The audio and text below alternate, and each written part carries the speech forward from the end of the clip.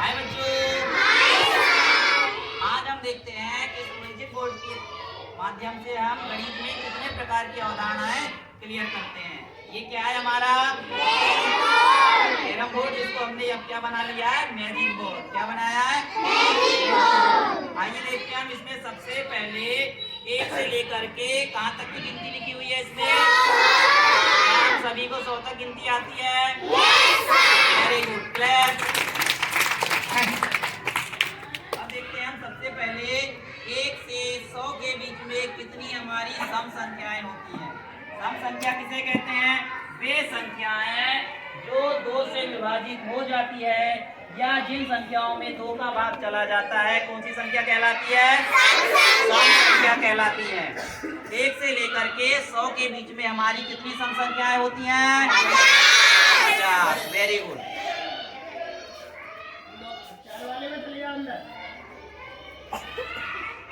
उसके बाद हम देखते हैं यहाँ पर क्या लिखा है नीचे, विषम संख्याएं।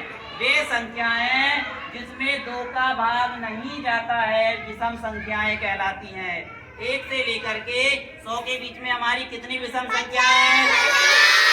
वे संख्याएं जिसमें 2 का भाग नहीं जाता है विषम संख्याएं कहलाती हैं। वे संख्याएं जिसमें 2 का भाग चले जाता है, कौन सी संख्या कहलाती है? सम संख्या कहलाती है। Very good.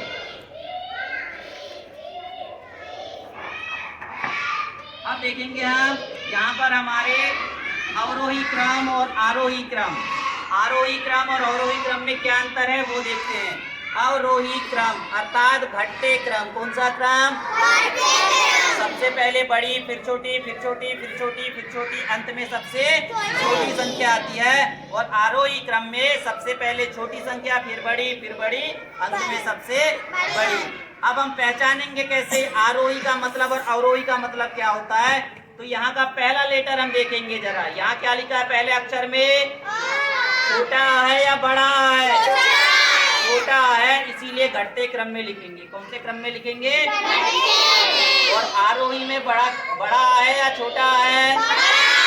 अर्थात यहाँ पर बड़ा है, इसलिए बढ़ते क्रम में हम संख्या को लिखेंगे। यानी अवरोही मतलब घटते क्रम, आरोही मतलब बढ़ते क्रम। ओके, बहुत बढ़िया, क्लैप।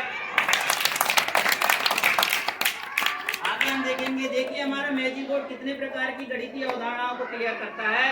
आगे हमारा अभाज्य संख्याएं। कौन सी संख्याएं? अभाज्य संख्याएं। 1 से 100 के बीच में कितनी अभाज्य संख्याएं हैं? अच्छा, अभाज्य संख्या किसे कहते हैं? वे संख्याएं जो किसी से भी जिसमें भाग ना जाता हो, जिसमें किसी भी संख्या का भाग नहीं जाता है, वे कौन सी संख्याएं कहलाती हैं? अभाज्य संख्याएं कहलाती हैं। और हम यहाँ पर 2 से लेकर के 89 तक यहाँ पर ये हमारी अभाज्य संख्या है। 2 को हम कुछ लोग भाज्य भी मान लेते हैं, लेकिन हमने यहाँ पर क्या माना है? अभाज्य माना है। इस तरह 1 से लेकर के 100 के बीच में हमारी कितनी अभाज्य संख्याएं हैं? 25। Very good. आगे देखेंगे हम यहाँ पर हमारे 3 के गुणज। कितने के गुणज हैं ये? 1 से लेकर के 100 के बीच में ये हमारे सारे 3 के गुणज दिख रहे हैं। 3 के गुणज मतलब इनमें 3 का भाग चला जाता है। और साथ में हमें यहाँ पर 3 की टेबल, 6 की टेबल और 9 की टेबल भी तैयार हो रही है। देखो जरा कैसी होगी। 3, 6, 9, 12, 15, 18, 21, 24, 27, 30। 6 की देखो, 6, 6 दूनी 6 3, 6 चौक 6 5, ये 6 की बन जाएगी ऐसी। 9 की 9 एकम 9 दूनी 9 तिया 9 चौक 9 7 9 5। इस तरह से हमारी 9 की भी टेबल तैयार हो जाएगी। आगे देखते हैं हम यहाँ पर 3, 4 के लघुत्तम समाहर्त वर्ग। मतलब जो हम एलसीएम करते हैं, लघुत्तम समाहर्त वर्ग तक निकालते हैं।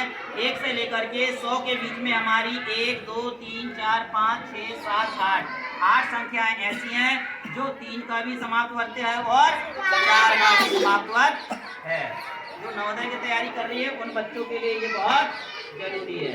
आगे देखते हैं आप, यहाँ पर हमने लिया, जैसे यहाँ बीच में कितनी संख्या दिख रही है? 33 से एक पहले की संख्या बोलो।